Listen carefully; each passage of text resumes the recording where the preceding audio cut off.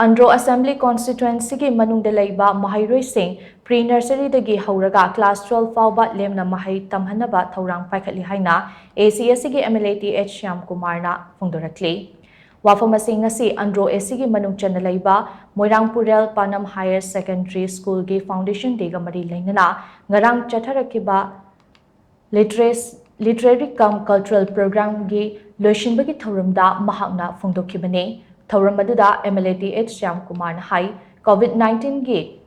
miyamna wanaringai amade mahakna MLA famdagi disqualified oiduna leiringai matamda Maheiroi singi khallaga Moirangpurel Panam Higher Secondary School amade Thambalnu Higher Secondary School Andro ani asi saba hoke hojikti school animal lengakna loshinduna mapung faba lengake school sing oiba ngamle masigi sumathakta lupa crore chamri marifurom changna school asigi science amadi arts ke oiba tongan ba block ani sabagi thabak chathari block ani asi mathang chahi gi academic session nangnaba lakliba December tha phawgi manungda sangaragani amaromda hojik thokliba irang asina maram oiraga pukning wakhal leitadana leibagi mathakta naha kaya amana Manipur gi apunba saktam ngaknabagi damak chongthorakli asigumba matang asida tumgi mirol semgat pahaiba asisu khwaidagi maru oiba amane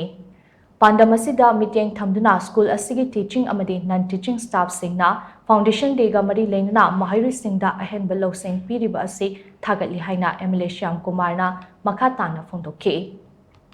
Tumukhong Moirangpurel GP gi Pradhan NBKN amadi atei maru oiba miyoi kaya yauna pangthokiba Thourang Maduda school asigi Maheiroi singna saruk yaraga ngarangdagi pangthorakhiba athoi ahen changdamnaba adugi makok mathang taraba singda mana mathum singsu yanthokhi